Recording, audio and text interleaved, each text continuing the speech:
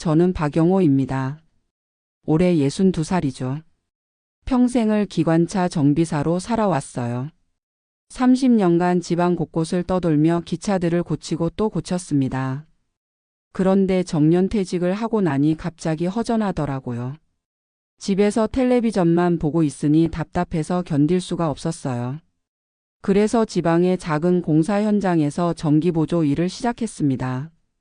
몸은 예전 같지 않지만 그래도 일을 해야 마음이 편하더라고요. 매일 아침 낡은 기차역을 지나 현장으로 향했죠. 기차역을 볼 때마다 이상한 기분이 들었어요. 평생 기차만 만지다가 인생도 기차처럼 달아났구나. 혼잣말이 절로 나왔습니다. 아내와는 이미 황혼 이혼을 했어요. 30년간 가족과 떨어져 살다 보니 정이 다 떨어져 버렸더라고요. 지금은 혼자 작은 원룸에서 지내고 있습니다. 그런데 그날 기차역을 지나가다 문득 한 간판이 눈에 들어왔어요. 미소다방이라고 적힌 낡은 간판이었죠. 왜 그 간판이 그렇게 오래 마음에 남았는지 모르겠어요. 그냥 지나쳤는데 자꾸 생각이 났습니다. 그때는 몰랐죠. 그 다방이 제 인생을 바꿀 거라는 걸 말이에요. 현장에 도착해서 오늘도 전선 정리와 간단한 정기 작업을 했습니다. 예전처럼 무거운 기계를 다루지는 못하지만 이런 일이라도 할 수 있어서 다행이었어요. 동료들은 대부분 저보다 젊었지만 나름 잘 어울렸죠. 특히 새로 온 최 소장이라는 분이 저에게 유독 관심을 보였어요. 박 기사님 경험이 풍부하시니까 우리한테 많이 가르쳐 주세요. 최 소장은 늘 이렇게 말했습니다. 겉으로는 친절해 보였지만 뭔가 어색한 느낌이 있었어요. 하지만 그때는 대수롭지 않게 생각했죠. 사람마다 성격이 다르니까요. 퇴근 후 원룸으로 돌아가는 길에 다시 그 기차역을 지났습니다. 미소다방의 불빛이 어둠 속에서 희미하게 빛나고 있었어요. 왠지 모르게 발걸음이 멈춰졌습니다. 들어가 보고 싶은 마음이 들었지만 혼자 다방에 가는 게 어색해서 그냥 지나쳤어요. 집에 도착해서 간단히 저녁을 먹고 잠자리에 들었습니다. 그런데 잠이 오지 않더라고요. 자꾸 그 다방 생각이 났어요. 미소다방. 이름도 참 정겨웠습니다. 다음 날 현장에서 일을 하는데 최 소장이 저에게 다가왔어요. 박 기사님, 오늘 저녁에 시간 있으세요? 갑작스러운 제안이었지만 거절할 이유는 없었죠. 네, 특별한 일정은 없는데요. 그럼 커피 한 잔 같이 할까요? 요즘 일이 바빠서 제대로 인사도 못 드린 것 같아서요. 최 소장의 표정은 여전히 친근했습니다. 저도 혼자 있는 시간이 지겨워서 흔쾌히 응했어요. 좋습니다. 어디서 만날까요? 제가 알아서 준비할게요. 퇴근 후에 현장 사무실로 오세요. 그렇게 약속을 정했습니다. 하루 종일 일을 하면서도 저녁 약속 생각에 기분이 좀 나아졌어요. 오랜만에 누군가와 이야기를 나눌 수 있다는 게 좋았죠. 퇴근 시간이 되자 최 소장이 저를 사무실로 불렀습니다. 그런데 뭔가 이상했어요. 커피를 마실 거라고 했는데 사무실에는 커피가 없었거든요. 소장님, 커피는요? 그거 말이에요. 최 소장이 웃으면서 전화기를 들었어요. 다방에 전화 좀 해볼까요? 여기서 배달시켜 먹으면 되잖아요. 그제야 이해했습니다. 다방에서 커피를 시켜 먹는다는 뜻이었군요. 별로 특별할 게 없다고 생각했어요. 최 소장이 전화를 걸더군요. 여보세요, 미소다방이죠? 현장 사무실인데요. 커피 2잔 부탁드려요. 그리고 최 소장이 잠시 말을 멈추고 저를 보더니 익살스럽게 웃었어요. 서비스도 좀 신경 써주세요. 그때는 그 말의 의미를 정확히 몰랐습니다. 그냥 친절하게 해달라는 뜻인 줄 알았어요. 최 소장이 전화를 끊고 나서 말했죠. 곧 올 거예요. 피곤하시죠? 좀 그렇네요. 나이가 드니까 예전 같지 않아요. 저는 솔직하게 대답했습니다. 정말 몸이 피곤했거든요. 따뜻한 커피 한 잔이면 기분이 나아질 것 같았어요. 사무실에서 기다리는 동안 최 소장과 이런저런 이야기를 나눴습니다. 주로 현장 일에 대한 얘기였죠. 그런데 최 소장의 말투에서 뭔가 이상한 뉘앙스가 느껴졌어요. 마치 무언가를 기대하고 있는 것 같았습니다. 얼마 후 사무실 문이 열렸습니다. 커피를 가져온 여자가 들어왔어요. 그 순간 저는 완전히 얼어붙었습니다. 믿을 수가 없었거든요. 그 여자는 바로 윤미정이었어요. 25년 전 같은 철도 관사에서 살던 후배 김진수의 아내였습니다. 진수는 저보다 5살 어린 후배였는데 정말 성실한 사람이었어요. 미정도 그때는 참 밝고 예쁜 사람이었죠. 그런데 지금 제 앞에 선 미정은 예전과 많이 달랐습니다. 얼굴에는 세월의 흔적이 역력했고 무엇보다 눈빛이 달랐어요. 예전의 밝은 모습은 온데간데 없고 어딘가 지쳐 보였습니다. 미정도 저를 알아봤어요. 트레이를 든 손이 살짝 떨리는 게 보였습니다. 하지만 우리는 서로 모르는 척했어요. 어떻게 해야 할지 몰랐거든요. 커피 나왔습니다. 미정이 조용히 말하면서 트레이를 테이블에 놓았어요. 목소리도 예전과 달랐습니다. 왠지 조심스럽고 위축된 느낌이었죠. 최 소장이 기다렸다는 듯이 말했어요. 오늘은 손님이 있으니까 좀 더 신경 써서 해주세요. 그 말을 듣는 미정의 표정이 굳어지는 게 보였습니다. 저는 뭔가 이상하다는 걸 눈치챘어요. 이게 단순히 커피 배달이 아니라는 것을 말이죠. 최 소장이 계속 말했습니다. 박 기사님 어떠세요? 서비스가 좋죠? 저는 대답하지 못했어요. 미정을 보는 게 너무 마음이 아팠거든요. 25년 전에 그 밝던 모습과 지금의 모습이 너무 달랐어요. 도대체 무슨 일이 있었던 걸까요? 미정은 고개를 들지 못하고 있었어요. 저와 눈을 마주치지 않으려고 애쓰는 게 보였습니다. 저도 마찬가지였죠. 이런 상황에서 만나게 될 줄은 꿈에도 몰랐어요. 진수는 어떻게 지내나요? 저는 조심스럽게 물어봤습니다. 사실 진수 소식이 궁금했어요. 25년 동안 소식이 끊어졌거든요. 미정의 얼굴이 더욱 굳어졌어요. 그리고 작은 목소리로 대답했습니다. 돌아가셨어요. 10년 전에요. 그 말을 듣는 순간 머리가 텅 비는 느낌이었어요. 진수가 죽었다니. 그렇게 건강하고 성실했던 후배가 말이에요. 갑자기 미정이 왜 이런 일을 하게 되었는지 짐작이 갔습니다. 최 소장은 상황을 즐기고 있는 것 같았어요. 농담 반 진담 반으로 미정을 곤란하게 만들었습니다. 자, 그럼 좀 앉아서 같이 이야기나 해볼까요? 미정이 당황한 표정으로 대답했어요. 저는 다른 곳에도 배달을 가야 해서요. 뭐 그렇게 급하게요? 손님한테 좀 더 친절하게 해주세요. 최 소장의 말투가 점점 건방져졌어요. 저는 참을 수가 없었습니다. 소장님 그만하시죠. 제 목소리가 생각보다 단호하게 나왔어요. 최 소장이 놀란 표정으로 저를 봤습니다. 박 기사님이 왜 그러세요? 미정 씨가 바쁘다고 하잖아요. 그만 보내드리시죠. 저는 일어서면서 미정을 보호하려고 했어요. 예전에 알던 후배의 아내를 이런 식으로 대하는 게 너무 화가 났거든요. 최 소장이 의미심장하게 웃었어요. 아, 두 분이 아는 사이군요. 그러면 얘기가 다르지. 그리고는 못마땅한 표정으로 덧붙였습니다. 두 분 사이가 좀 수상하네요. 농담처럼 던진 말이었지만 기분이 나빴어요. 미정의 얼굴도 창백해졌습니다. 소장님 그런 말씀하지 마세요. 우리는 그냥 옛날에 알던 사이예요. 알겠어요, 알겠어. 그럼 저는 이만 가볼게요. 박 기사님 내일 현장에서 뵙시다. 최 소장이 일어서면서 비웃듯이 말했어요. 미정 씨도 수고하세요. 다음에는 더 좋은 서비스 부탁드려요. 최 소장이 나간 후 사무실에는 어색한 침묵이 흘렀습니다. 미정은 여전히 고개를 들지 못하고 있었어요. 저도 뭐라고 말해야 할지 몰랐습니다. 한참을 그렇게 있다가 미정이 먼저 입을 열었어요. 영우 오빠 오랜만이에요. 예전에 저를 부르던 그 목소리였어요. 하지만 예전처럼 밝지는 않았습니다. 오히려 슬프고 지쳐 보였어요. 미정아, 정말 오랜만이다. 저도 어색하게 대답했어요. 25년의 세월이 우리 사이에 놓여 있었습니다. 미정이 천천히 말하기 시작했어요.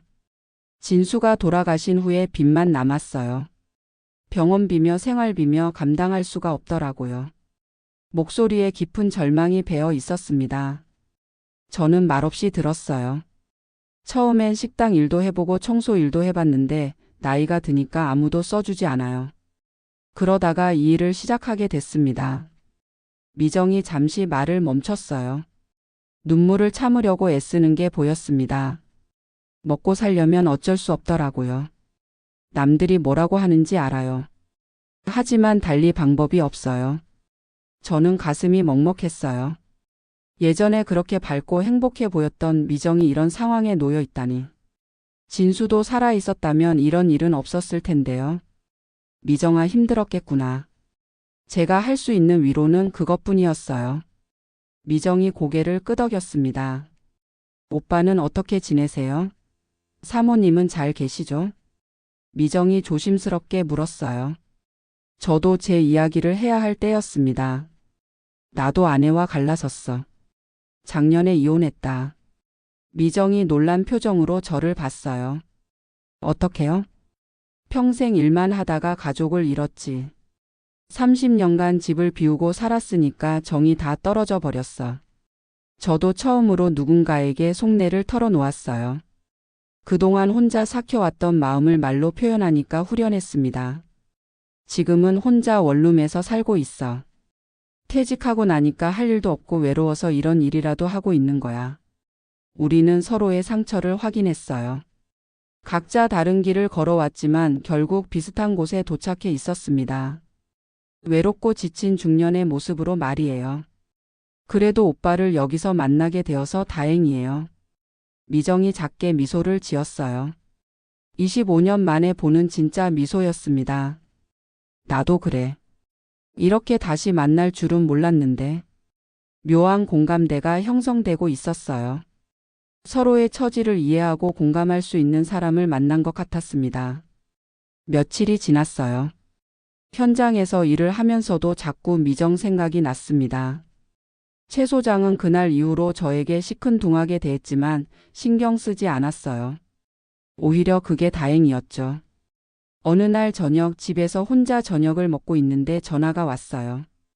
누군지 모르는 번호였습니다. 여보세요? 오빠, 저 미정이에요. 깜짝 놀랐어요. 미정이 어떻게 제 번호를 알았을까요? 최 소장한테 물어봤어요. 오빠 연락처요. 미정이 설명했습니다. 그리고 조심스럽게 말했어요. 혹시 시간 있으시면 밥 한 끼 같이 할까요? 오랜만에 제대로 이야기 좀 나누고 싶어서요. 저는 기쁘게 응했어요. 좋아. 언제 어디서 만날까? 내일 저녁 어때요? 역 앞에 조그만 국밥집이 있는데 거기서요. 다음 날 저녁 약속한 국밥집에 갔어요. 작고 허름한 곳이었지만 깨끗했습니다. 미정이 먼저 와서 기다리고 있었어요. 오래 기다렸어? 아니에요. 저도 방금 왔어요. 우리는 나란히 앉아서 순대국밥을 시켰습니다. 소박한 식사였지만 따뜻했어요. 이런 데서 밥 먹는 게 오랜만이네. 미정이 말했어요. 나도 그래. 혼자 먹는 게 익숙해져서 누군가와 함께 먹으니까 좋다. 밥을 먹으면서 옛날 이야기를 나눴어요. 철도 관사에서 살던 시절 진수와 함께 했던 추억들. 그때는 모두가 젊고 희망이 있었죠. 진수 오빠는 정말 좋은 사람이었어요. 저한테 너무 잘해줬어요. 미정의 목소리에 그리움이 묻어났어요. 진수는 성실한 사람이었지. 나보다 더 책임감이 강했어. 우리는 죽은 사람을 추억했어요. 그리고 자연스럽게 현재 이야기로 넘어갔습니다. 오빠 앞으로 뭐 할 계획이에요? 글쎄, 당분간은 이 일 계속하려고. 다른 할 일도 없고. 저도 마찬가지예요. 이 나이에 뭘 새로 시작하기는 힘들어요. 우리는 서로를 이해했어요. 인생의 황혼기에 접어든 두 사람의 처지를 말이에요. 그런데 이상했어요. 혼자 있을 때보다 마음이 편했습니다. 잊고 있던 따뜻한 온기를 느끼고 있었어요. 누군가와 진솔한 대화를 나누고 서로를 이해한다는 느낌. 오랜만이었습니다. 국밥집을 나서면서 미정이 말했어요. 오빠 다음에 또 만날 수 있을까요? 그럼. 언제든지 연락해. 그런데 그때 저는 몰랐어요. 멀리서 우리를 지켜보는 시선이 있다는 것을. 최 소장이 국밥집 근처에서 우리를 훔쳐보고 있었던 거예요. 일주일 후 현장에서 갑작스러운 소식을 들었어요. 새로운 공사 현장으로 배치가 된다는 것이었습니다. 다른 도시에 있는 현장이었죠. 박 기사님, 다른 현장에서 경험 있는 분을 찾고 있대요. 가시겠어요? 회사 직원이 물었어요. 저는 별로 거부할 이유가 없었습니다. 어차피 혼자 사는 몸이니까 어디든 상관없었어요. 언제부터인가요? 다음 주부터요. 바닷가 쪽 작은 마을이에요. 그날 저녁 미정에게 전화를 걸었어요. 미정아, 나 다른 곳으로 가게 됐어. 미정이 놀란 목소리로 대답했어요. 어디로요? 상황을 설명해 드렸더니 한참 동안 말이 없었어요. 그러다가 조심스럽게 물었습니다. 오빠, 저도 따라가면 안 될까요? 깜짝 놀랐어요. 그런 제안을 할 줄 몰랐거든요. 따라간다고? 여기 있어도 별로 할 일이 없어요. 그리고 오빠 혼자 가시는 것도 걱정되고요. 미정의 목소리에는 간절함이 묻어났어요. 저도 사실 혼자 가는 게 외로웠습니다. 하지만 조건을 달아야 했어요. 미정아, 남들 앞에서는 그냥 친구로 지내자. 괜한 오해 받기 싫어. 알아요. 저도 그게 좋아요. 그리고 이건 우리만 아는 이야기야. 다른 사람들한테는 그냥 우연히 같은 곳에 온 것처럼 하자. 미정이 기쁜 목소리로 대답했어요. 네, 그렇게 할게요. 일주일 후 우리는 함께 새로운 마을로 떠났어요. 기차를 타고 가면서 창밖을 보니 기분이 새로웠습니다. 오랜만에 누군가와 여행을 하는 기분이었어요. 오빠, 바다 보는 게 언제만이에요? 미정도 들뜬 목소리로 말했어요. 나도 몇 년 만이야. 기대되네. 우리의 비밀 동행이 시작되었습니다. 새로운 시작이라고 생각하니 마음이 가벼워졌어요. 새로운 마을에 도착했어요. 정말 작은 바닷가 마을이었습니다. 인구도 몇백 명 안 되는 조용한 곳이었죠. 저는 현장 근처 작은 여관에 방을 잡았고 미정은 마을 중심가에 있는 하숙집에 머물게 됐어요. 현장 일은 예전과 비슷했어요. 전기 관련 보조 작업을 했습니다. 다행히 여기 사람들은 친절했고 저를 잘 대해줬어요. 미정은 마을에서 작은 분식집 일을 구했습니다. 김밥이나 떡볶이 만드는 일이었죠. 오빠, 일이 생각보다 재밌어요. 미정이 기뻐하며 말했어요. 오랜만에 보는 밝은 표정이었습니다. 그래? 다행이다. 나도 여기 일이 마음에 들어. 우리는 낮에는 각자 일을 하고 저녁이면 바닷가에서 만났어요. 마을 사람들은 우리를 그냥 같은 고향에서 온 지인 정도로 생각했습니다. 바닷가에는 낡은 벤치가 하나 있었어요. 그곳이 우리의 약속 장소가 되었습니다. 매일 저녁 그 벤치에 나란히 앉아서 하루를 정리했어요. 오늘은 어땠어, 미정아? 분식집 사장님이 참 좋은 분이에요. 저한테 잘해주세요. 그래, 다행이야. 파도 소리를 들으며 이런저런 이야기를 나눴습니다. 별것 아닌 일상 이야기였지만 행복했어요. 오랜만에 누군가와 함께 하루를 마무리한다는 게 이렇게 좋은 건지 몰랐어요. 어느 날 저녁, 평소보다 노을이 특히 아름다웠어요. 하늘 전체가 붉은색으로 물들어 있었습니다. 미정이 감탄하며 말했어요. 와, 정말 예쁘다. 이런 노을은 처음 봐요. 나도 그래. 살면서 이렇게 아름다운 노을은 처음이야. 우리는 말없이 노을을 바라봤어요. 바다 위로 떨어지는 해가 정말 장관이었습니다.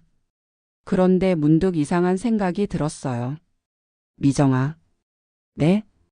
우리가 지금 행복한 걸까? 갑작스러운 질문이었지만 진심이었어요.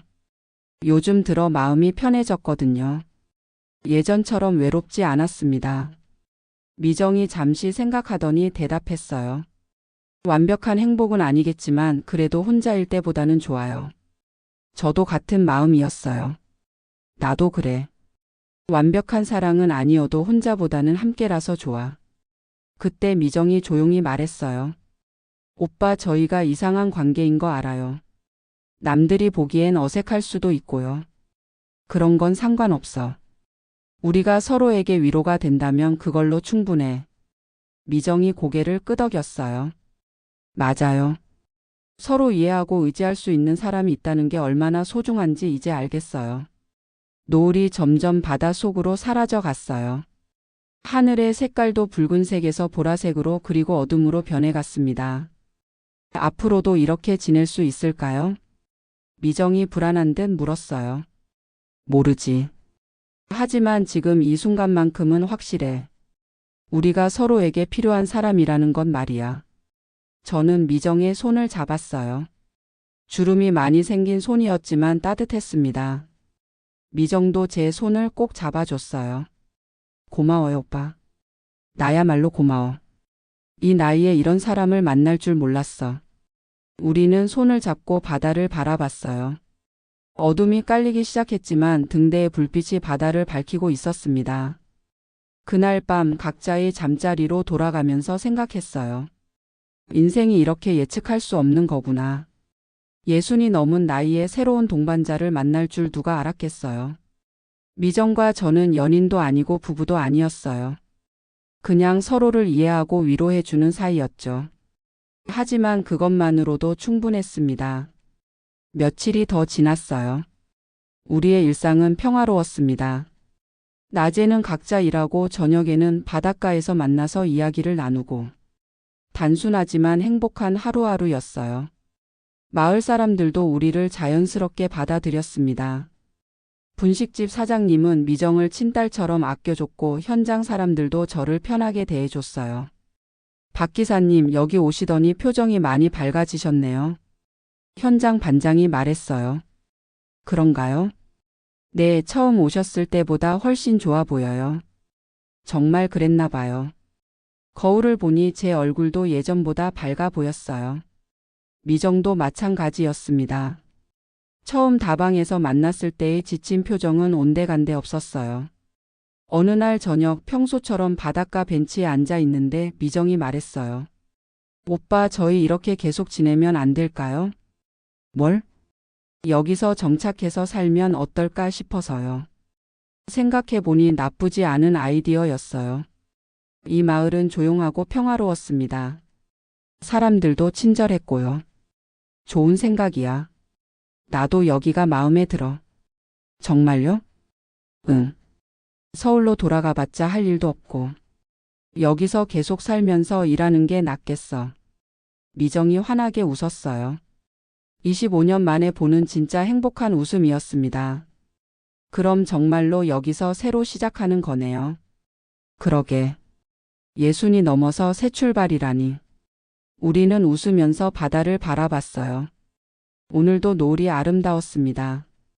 매일 봐도 질리지 않는 풍경이었어요. 그날 밤 잠자리에 들면서 생각했어요. 인생이 참 신기하다고. 가장 절망적일 때 희망을 주는 사람이 나타나는구나. 미정과 저는 완벽한 사랑을 하는 사이는 아니었어요.